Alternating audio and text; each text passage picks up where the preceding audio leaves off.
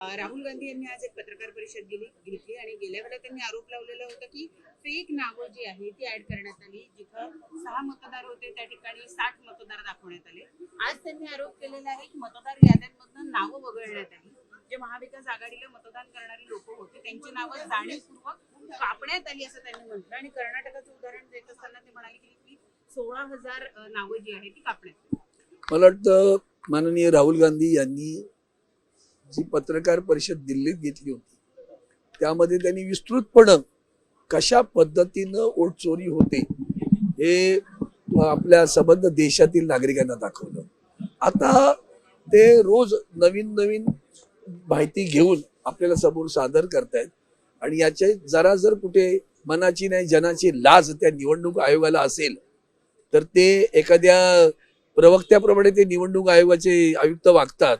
तर त्यांनी धमक्या देणं हे करण्यापेक्षा स्वतः सुधारणा करणे आवश्यक आहे आणि कबूल करा की तुम्ही ह्या प्रकार करता आणि हे सगळं करण्यामागे कोण दोन आहेत हे सांगायची गरज नाही. त्यामुळे देशात राज्य कोणाचं आहे ते का तीही सगळी माणसं हे सगळं काम करत असतात आणि म्हणून माननीय राहुल गांधींनी आज जो सांगितलं ते पुन्हा एकदा ते सतत सांगत राहणार आहेत. अनेक गोष्टी आपल्या महाराष्ट्राबद्दल सुद्धा आजही CCTV का देत नाही ह्याचा मला प्रश्न कायमचा पडत राहतो. महिलांची प्रायव्हसी सिक्रेसी हा जो काही विषय आहे इतका विद्वान आयुक्त आपल्या देशाला मिळाला की रांगेत उभे राहिलेल्या महिलांची CCTV द्यायला त्याला प्रायव्हसीचा विषय येतो तेव्हा समजून गेलं पाहिजे की चोरी नक्की झालेली आहे आणि हे चोर लोक तिथे बसलेले आहेत आणि म्हणून राहुल गांधींचे आरोप सत्य आहेत. आता isakal.com आहे देशातील नंबर 1 ची मराठी न्यूज वेबसाईट. प्रत्येक अपडेटसाठी isakal.com ला नक्की भेट द्या.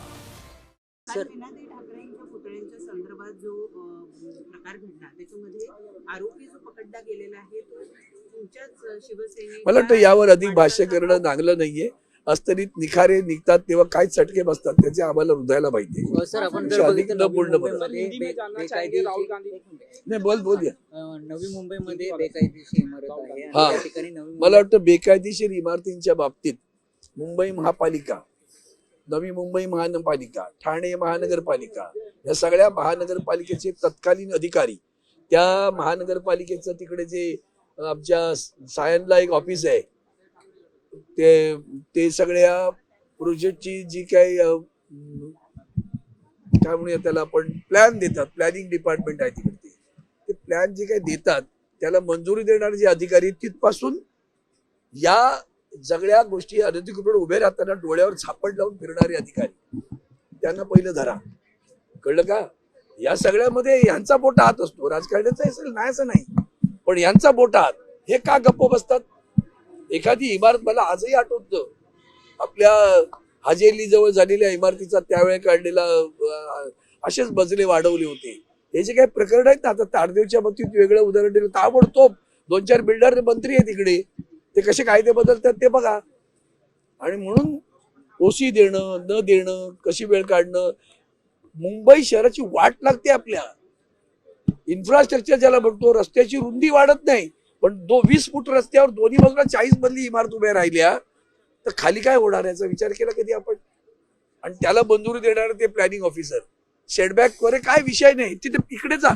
मी नाव घेऊन बोलतो आज राणीच्या बागेच्या बाजूला अरण्या नावाची जी झाली त्या गिरणीच्या ज्या भिंती होत्या कंपाऊंडच्या इथं त्याच्या पलीकडे जाऊन एन्क्रोचमेंट त्यांनी केले. कारवाई होत नाही त्यांच्यावर का? नाव मोठी आहेत ना. हात घालायला धजत नाहीत का तुमचे? बेकायदेशीर काम गरिबांनी केले त्याची झोपडी तोडायला नोटीस देता आणि यांना काय करता? यांचं संरक्षण करण्यासाठी अधिकारी बसलेत का? आणि म्हणून हे प्रकरण आहे. अधिकाऱ्यांना पहिल्यांदा कारवाई करा. मी तर म्हणतो कोर्टानं शो मोटो एक्शन घ्यावी. राहुल गांधी ने प्रेस कॉन्फ्रेंस करके वोट चोरी मुझे लगता है इस बारे में राहुल गांधी जी बार बार कह रहे हैं. उन्होंने जो पत्रकार परिषद दिल्ली में ली थी उस पत्रकार परिषद में भी विस्तृत रूप से उन्होंने बताया कि वोट चोरी कैसे होती है. अब जाकर वो अन्य राज्यों में 46 लाख यहाँ अपने महाराष्ट्र में हुआ. उसके बाद में जब उनको पूछा कि 5 बजे के बाद इतनी अगर वोटिंग हुई है तो उसका CCTV दीजिए. जो आयुक्त आपको CCTV नहीं दे रहा है तो आपको क्या लगता है? इससे इधर ही चोरी है ना. तो चोरी के समर्थन में अगर हमारा चुनाव आयोग बैठा होगा तो चुनाव आयोग भी चोरी है. ध्यान रखना. देश विदेशातील प्रत्येक घडामोडींचे लाईव्ह अपडेट मिळवण्यासाठी आता साम टीव्हीच्या सर्व सोशल मीडिया प्लॅटफॉर्मला लाईक, फॉलो आणि सबस्क्राईब करा. तसंच सर्व नोटिफिकेशनसाठी बेल आयकॉन प्रेस करायला विसरू नका.